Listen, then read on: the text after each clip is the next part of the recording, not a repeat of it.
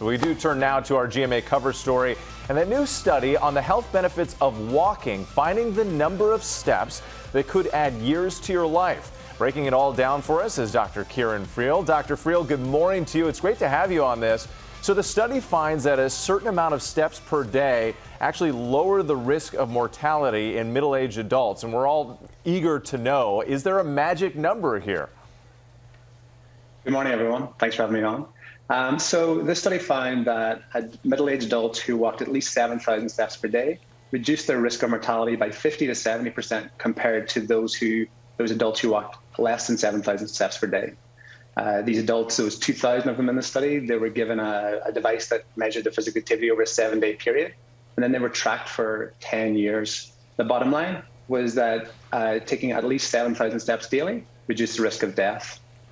So this was independent of other risk factors, age, diabetes. It was consistent between men and women and between black and white participants. And this was a very well-designed study. It had a large sample size, diverse population, and a long study duration of over 10 years.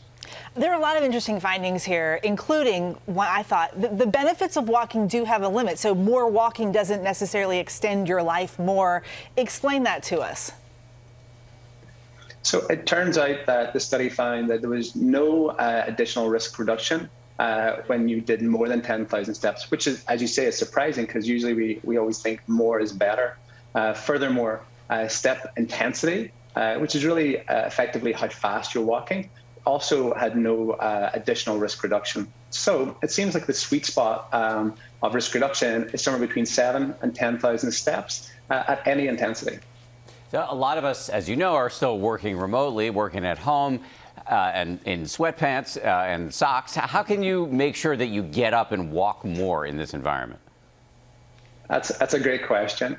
I think we encourage people to look at their calendar and see when they can fit in exercise breaks on a consistent basis. So one idea may be to schedule exercise during those times that you had previously used to commute or during your lunch hour.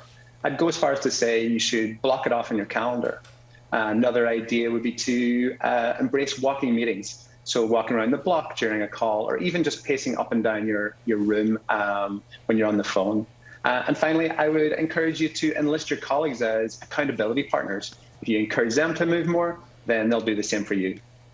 Walking meetings, I love it. And that sweet spot between 7,000 and 10,000 steps per day. We will keep that in mind. Dr. Friel, thank you so much for your time this morning. We appreciate it. Very welcome. Thank you.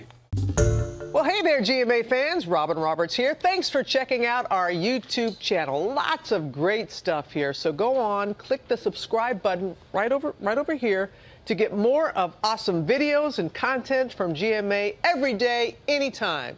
We thank you for watching, and we'll see you in the morning on GMA.